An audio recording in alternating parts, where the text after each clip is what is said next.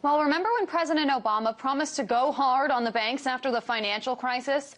Never again, he said, would American taxpayers bear the brunt of a financial sector crash at the hands of bankers making risky trades. It's a sentiment that was reiterated by Attorney General Eric Holder this week. But let me be very, very, very clear. Banks are not too big to jail. If we find a bank or a financial institution that has done something wrong, if we can prove it beyond a reasonable doubt, those cases will be brought. But if we look at the sheer statistics behind the number of criminal prosecutions for financial institution fraud, you'll notice a shocking trend. Data released by the U.S. Justice Department shows that over the past 20 years, the number of federal prosecutions for financial fraud has gone down significantly. There were 1,365 prosecutions during the height of the financial crisis in 2009 and only 1,251 in 2011. Now, I was joined earlier by Kevin Whelan. He's the campaign director for the Home Defenders League. And I began by asking him if financial institutions have committed fewer crimes since Eric Holder has become Attorney General. Not at all.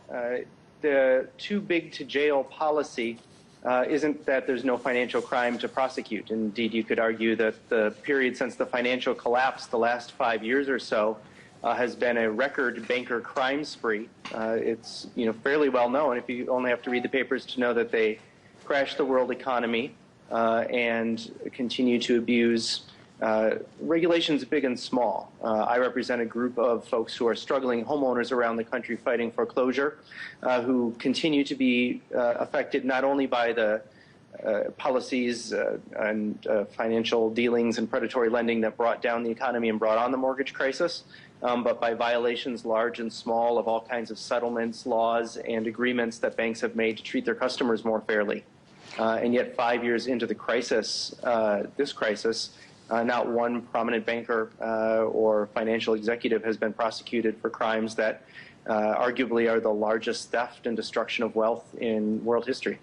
So do you think that these financial crooks are getting better at covering their tracks, or are they literally just too big to jail?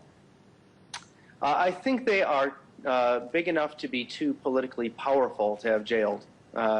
So Eric Holder, in one clip, said that he thought these institutions were not too big to jail. But this March, testifying before the Senate, he said that one reason they hadn't brought cases against the big banks and financial institutions was that they were simply too large and too important a part of the economy, and that they thought it would hurt the economy if they prosecuted them. We think, and lots of economists think, that's not true, that actually running an economy with honest dealings and the rule of law is important to restoring and rebuilding the economy. We don't have too much time left, but can you talk about some of the cases where we have seen prosecutions? Are the punishments harsh enough?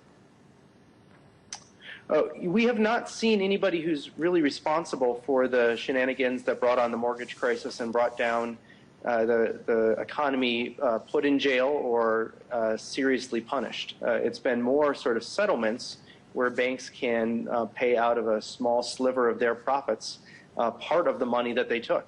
But if you or I stole $100 from a bank or a store and had to pay back $20 as our punishment, it wouldn't really provide a great incentive not to do it again. It is just quite an interesting case when we have people like the people that you represent who are honest homeowners struggling to make their way being prosecuted, and others who are committing major financial crimes and not seeing a day in court and a day in jail. Kevin Whelan, campaign director for the Home Defenders League, thank you so much for joining us. Thank you.